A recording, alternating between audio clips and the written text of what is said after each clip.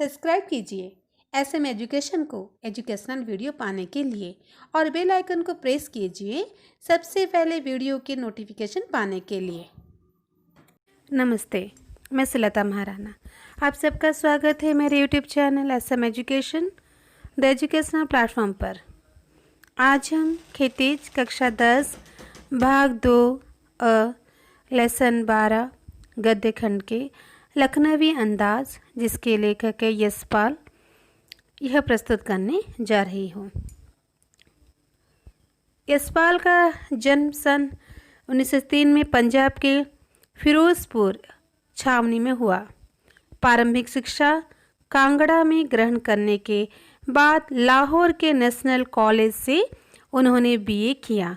वहाँ उनका परिचय भगत सिंह और सुखदेव से हुआ।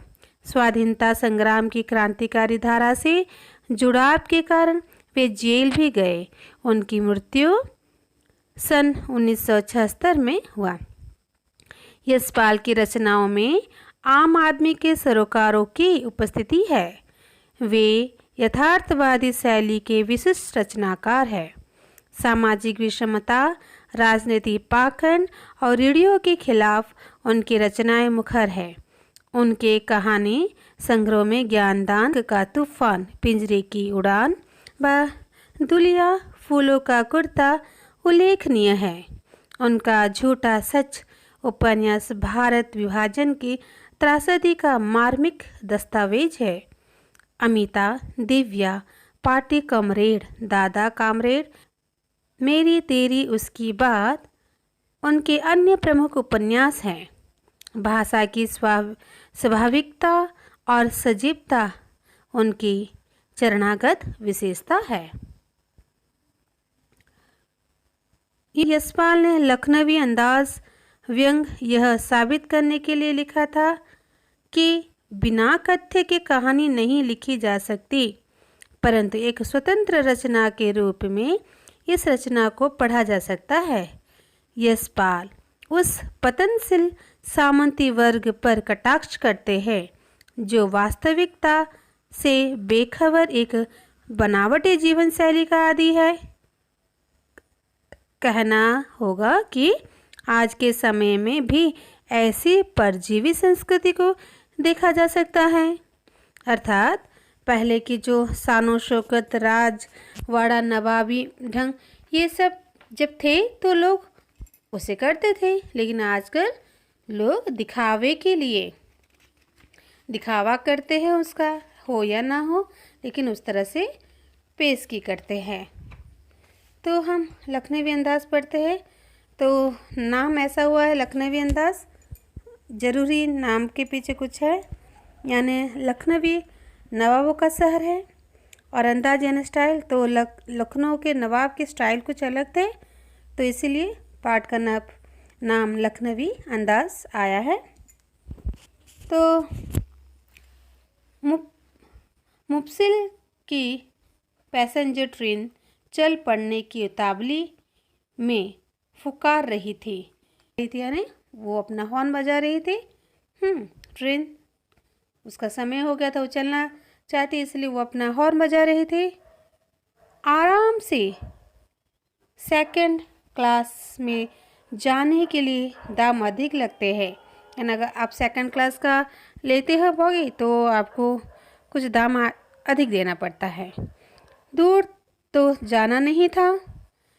भीड़ से बचकर एकांत में नई कहानी के संबंध में सोच सकने और खिड़की से प्राकृतिक दृश्य देख सकने के लिए टिकट सेकंड क्लास का ही ले लिया।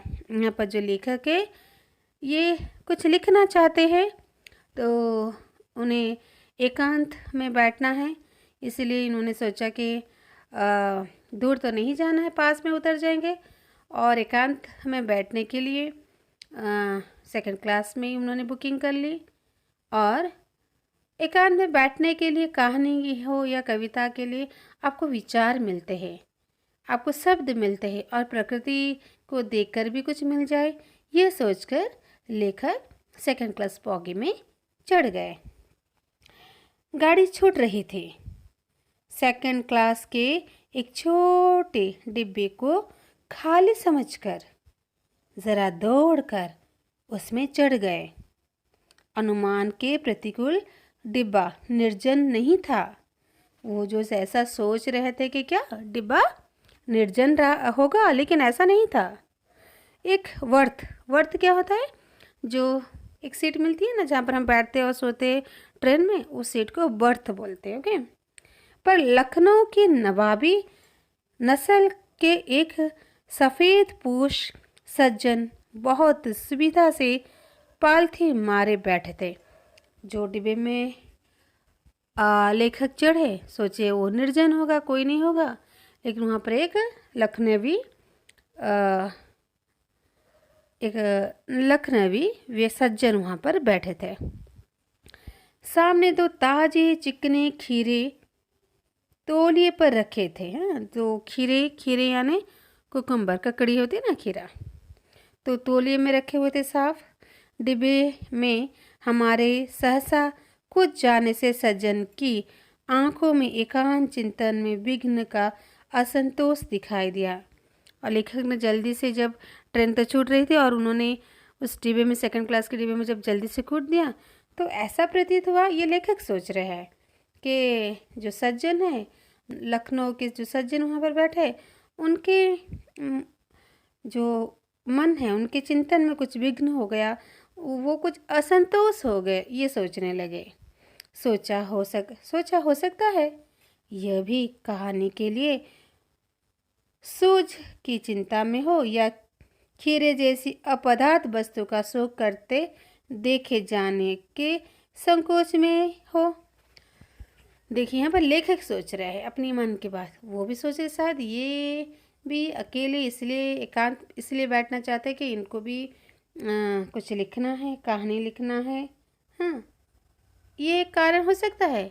या फिर ये भी कारण हो सकता है कि जो खीरा है अपदार्थ, यानी खीरा इतनी दामी चीज़ नहीं होती है ना, तो एक अपदार्थ चीज़ को यहाँ पर रखे हैं और इसे देखकर कुछ संकोच हो रहा है, क्योंकि लेखक ने उसे देख लिया है। और नवाब साहब ने संगीत के लिए उत्साह नहीं दिखाया। हमने भी उनके, देखो, नवाब साहब ने संगति के लिए, संगीत मैंने गलती से पढ़ लिया, संगति के लिए उत्साह नहीं दिखाया। हमने भी उनके सामने की बर्थ पर बैठकर आत्मसम्मान में आंखें चुरा ली। तो जो नवाब साहब थे, सज्जन थे, उन्होंने बातचीत करेंगे, फ्रेंडशिप करेंगे, इस तरह से उनका कोई ऐसे हाव भाव नहीं दिखाई दे रहा था। तो लेखक भी अपने आत्मसम्मान कुछ भी नहीं कहे। वो सोच रहा है सामने वाला कुछ नहीं कह रहा तो मेरा क्या है, वो तो पहले से बैठे थे ना, मैं तो उसके बाद आया, तो अगर वो मुझे कुछ नहीं पूछ रहे तो मैं क्यों पूछूं। तो लेखक भी आँख चुरा के बैठ गए। फिर ट्रेन चलती रही। हाँ, और लेखक देखते रहे, ऐसे सोचते रहे कि ये नवाब जो है, सज्जन है, ये तो मुझसे बातें नहीं कर रहे और उनके तरफ से कुछ भी बोलना नहीं है, तो मैं क्यों बात करूं। और अपने आत्मसम्मान के लिए वो चुप रहे। और टेबल के ऊपर दो ककड़ी, साफ सुथरी ककड़ी है, ये भी देख रहे, और एक दूसरे से वो अपने अपने वर्थ पर बैठे हुए हैं। और ठाली बैठे, कल्पना करते रहने की पुरानी आदत है। ठाली बैठे यानी ऐसे ही फालतू में बैठना, कुछ काम नहीं है, बस बैठे रहना।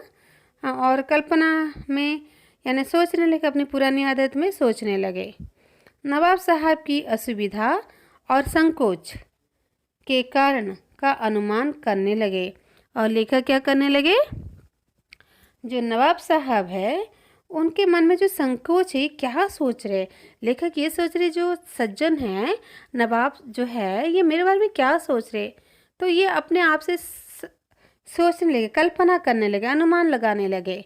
नवाब साहब ने बिल्कुल अकेले यात्रा कर सकने के अनुमान में किफ़ायत के विचार से सेकंड क्लास का टिकट खरीद लिया हो, और अब गवारा न हो कि शहर का कोई सफ़ेद पोश उन्हें मझले दर्जे में सफ़र करता देखे। या फिर नवाब साहब ने ये सोचा होगा कि वो ने एक सेकंड क्लास का एक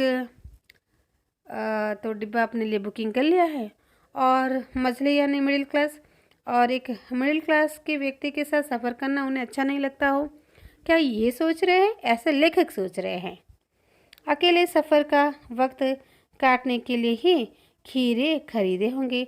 तो टेबल पर खीरे थे, है जो टवाल था, टवाल के ऊपर जो खीरे थे। तो लेखक सोच रहे हाँ ये अकेले जा रहे हैं तो उनको बोर लगेगा, इसलिए खीरा खरीद लिया है। तो खीरा खा खा के जाएंगे। और अब कोई किसी सफ़ेद पोश के सामने खीरा कैसा खाए? तो कोई व्यक्ति है और उसके सामने वो खीरा कैसे खाए? हम कनखियों से नवाब साहब की और देख रहे थे, यानी धीरे से वो देख रहे थे उसे। कनखियों ने थोड़ा सा ऐसे नज़र करके देखना। नवाब साहब कुछ देर गाड़ी की खिड़की से बाहर देखकर स्थिति पर गौर करते रहे, यानी वो गाड़ी के बाहर देखने लगे और क्या स्थिति है उसे जानने की कोशिश करने लगे। ओहो, नवाब साहब ने सहसा हमें संबोधन किया। उन्होंने फिर लेखक से कुछ बातें करने के लिए किया। आदाब अर्ज, यानी हम जैसे नमस्कार जी करते हैं, तो नवाबी ढंग से आदाब अर्ज।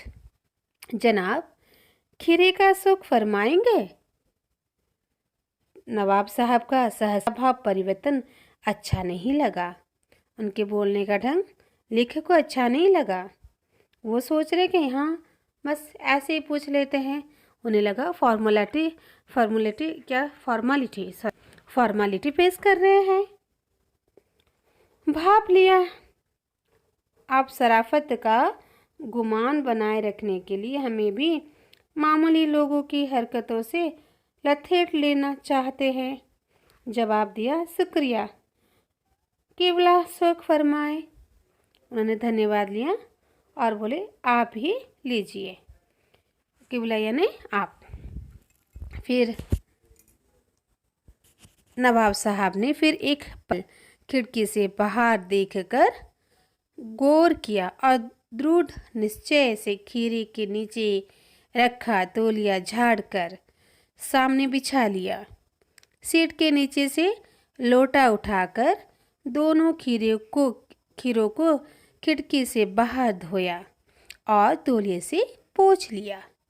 जेब से चाकू निकाला, दोनों खीरे के सिर काटे। क्या होता है कि जो देसी खीरा होता है उनमें उनके दोनों सिरों में कड़वाहट होती है, तो सिरे के दोनों जकड़ी के दोनों सिरे हैं उसे काट दिया जाता है और उन्हें गोद कर रगड़ कर झाग निकाल, उसका कुछ झाग ना रस निकाल दिया।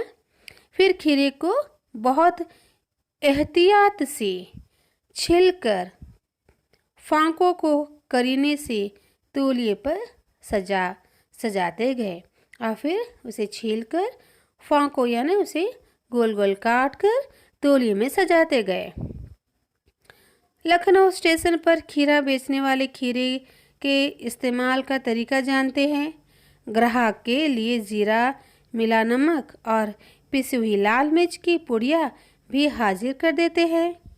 नवाब साहब ने बहुत करीने से खीरे की फांकों पर जीरा मिला नमक और लाल मिर्च की सुर्खी बुरक दी यानी उसमें स्प्लिट कर दिया, चारों ओर उसे थोड़ा सा छिड़क दिया। हाँ, स्प्रिंकल करना। उनके प्रत्येक भाव भंगिमा और जबड़ों के स्फुरण से स्पष्ट था कि उस प्रक्रिया में उनका मुख खीरे के रसास्वादन की कल्पना से प्लावित हो रहा था। तो जिस प्रकार से वो खीरे को काट के उसमें नमक और जीरा और मिर्ची डाल रहे थे, ऐसा लग रहा था कि उनके मुंह में पानी आ रहा है हाँ खाने के लिए। हम कनखियों से देख कर सोच रहे थे, यानी लेखक देख के सोच रहे थे, मियाँ रईस बनते हैं, यानी ये तो रईस आदमी है। रईस वाली उनकी तो जो चाल लग रही है, लेकिन लोगों की नज़र से बच सकने के ख्याल में अपनी असलियत पर उतर आए हैं। लोगों के नज़र से बचने के लिए वो अपनी असलियत पर आए हैं। यानी लेखक सोच रहे तो इतनी बड़े नवाब है और खीरा खा रहे हैं। नवाब साहब ने फिर एक बार हमारी ओर देख लिया। वल्लाह, शौक कीजिए, लखनऊ का बालम खीरा है। नमक मिर्च छिड़क दिए जाने से ताजे खीरे का पनियाती फांके देखकर पानी मुंह में जरूर आ रहा था, लेकिन इनकार कर चुके थे। तो नमक मिर्च सब डाला था तो खीरे से पानी आ रहा था और लेखक को मन था, लेकिन पहले से तो उन्होंने मना कर दिया था ना। फिर आत्मसम्मान निभाना ही उचित समझा और उन्होंने आत्मसम्मान के लिए जो निभाना था इसीलिए उन्होंने उचित समझा, उत्तर दिया, शुक्रिया, इस वक्त तलब महसूस नहीं हो रही है। मैदा भी ज़रा कमज़ोर है। मैदा यानी हाजमा, जो स्टोमक होता है ना, हाजमा, ये भी कमज़ोर है। केवला शौक फरमाए, आप ही लीजिए। नवाज साहब ने सतृष्ट आँखों से नमक मिर्च के संयोग से चमकती खीरे की फांकों की ओर देखा। खिड़की के बाहर देखकर दीर्घ निश्वास लिया। यानी लेखक तो मना कर दिए हैं। हाँ, तो नवाब साहब ने सतृष्ण आँखों से नमक मिर्च के संयोग से चमकती खीरे की फांकों की ओर देखा। खिड़की के बाहर देखकर दीर्घ निश्वास लिया। जैसे कि जैसे हमें कुछ करना नहीं है, मना करते, हम एक आश्वासन के लिए दीर्घ निश्वास लेते ना, ओहो, इस तरह से खीरे के एक फांक उठाकर होठों तक ले गए। नवाब साहब खीरे के एक फांक को उठाकर होठों तक ले गए। फांक को सूंघा, स्वाद के आनंद से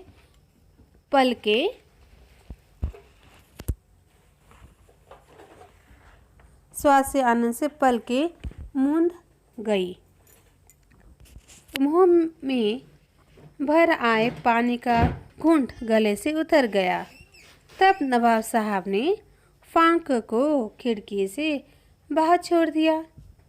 नवाब साहब खीरे की फांकों को नाक के पास से ले जाकर वासना से रसास्वादन कर खिड़की के बाहर फेंकते गए। भैया जब है वो जो खीरा लेते थे नाक के पास, उसका जो खुशबू है उसे वो लेते थे और मुंह में पानी भर आता था। फिर उस खीरे को खिड़की के बाहर उस टुकड़े को फेंक देते थे। नवाब साहब ने खीरे की सब फांकों को खिड़की के बाहर फेंककर तोले से हाथ और होठ पोंछ लिए और गर्व से गुलाबी आंखों से हमारी ओर देख लिया, मानो कह रहे हो, यह है खानदानी रईसों का तरीका। भाई देखो, आपके सबन कुछ नवाबी खाना रखा है और आप उसे देख रहे हो और देख के आप पेट भर रहे हो, ऐसी बात हो गई ना। नवाब साहब खीरे की तैयारी और इस्तेमाल में थक कर लेट गए। हमें तस्लीम से सिर खम कर लेना पड़ा, यानी सर झुकाना पड़ा। यह है खानदानी तहजीब, नफासत और मजाकत। तो लेखक तो मान ही गए कि हाँ, यही है नवाबी खानदानी तहजीब, यही है उनकी शिष्टता और यही है उनका जो स्टेटस। हम गौर कर रहे थे खीरा इस्तेमाल करने के इस तरीके को। खीरे की सुगंध और स्वाद की कल्पना से संतुष्ट होने का सूक्ष्म, नसीफ और एब्स्ट्रैक्ट तरीका जरूर कहा जा सकता है। एक तरीका कुछ अलग था तो एक एब्स्ट्रैक्ट तरीका हो सकता है, परंतु क्या ऐसा तरीके से उदर की तृप्ति भी हो सकती है? क्या पेट की भूख मिट सकती है इससे? अब आपके सामने एक तंदूरी चिकन रखा है, आप उसे देख रहे हो, क्या फिर इसकी सुगंध ले लिया आपने और उसको फेंक दिया, इससे क्या आपका पेट भर सकता है? तो ऐसे कैसे हो सकता है, लेखक सोच रहे हैं। नवाब साहब की ओर से भरे पेट के ऊंचे डकार का शब्द सुनाई दिया और नवाब साहब ने हमारी ओर कह दिया, खीरा लजीज होता है लेकिन होता है शकील। शकील यानी जो हजम नहीं होता है। शकील यानी बहुत ही उसका जो आसानी से नहीं पचता है। हाँ, हमें बोलते हैं उसे बहुत ही पचना नहीं होता है उसका। नामुराद मैदे पर बोझ डाल देता। मैदे यानी जो पाचन क्रिया है स्टोमक है, उसके ऊपर वो बोझ डालता है क्योंकि वो जल्दी से पचता नहीं है। ज्ञान चक्षु खुल गए, पहचाना यही है नई कहानी के लेखक। खीरे की सुगंध और स्वाद की कल्पना से पेट भर जाने का डकार आ सकता है, तो बिना विचार घटना और पात्रों के लेखक की इच्छा मात्र से नई कहानी क्यों नहीं बन सकती है? क्या बिना पात्र, बिना विचार, बिना घटना की कोई कहानी बन सकती है क्या? नहीं। एक कहानी बनने के लिए विचार, घटना, पात्र जरूर चाहिए होता है। तो पाठकों, ये था आपका लखनवी अंदाज और बड़ा ही अच्छा पाठ था ये। तो आप इसे सुनिए, समझिए, बहुत ही इजी है ये, और इसे समझिए और अपने प्रयोग में लाइए इसे। और ज़रूरी इस चैनल को सब्सक्राइब कीजिए, लाइक कीजिए, कमेंट कीजिए, शेयर कीजिए एंड प्रेस कीजिए बेल आइकन को, जिससे आपको नई वीडियो की नोटिफिकेशन मिल सकते हैं। और जिस तरह से इस महीने में 100 सब्सक्राइबर हो जाते तो बहुत ही अच्छा होता। तो मैंने ये गोल रखा कि आप सब मिलकर मेरे गोल को पूरा करोगे और इसे 100 इस महीने करोगे। आप 100 सब्सक्राइबर पूर्ण करोगे। तो इसके साथ ही मैं यहाँ पर रखती हूँ। धन्यवाद।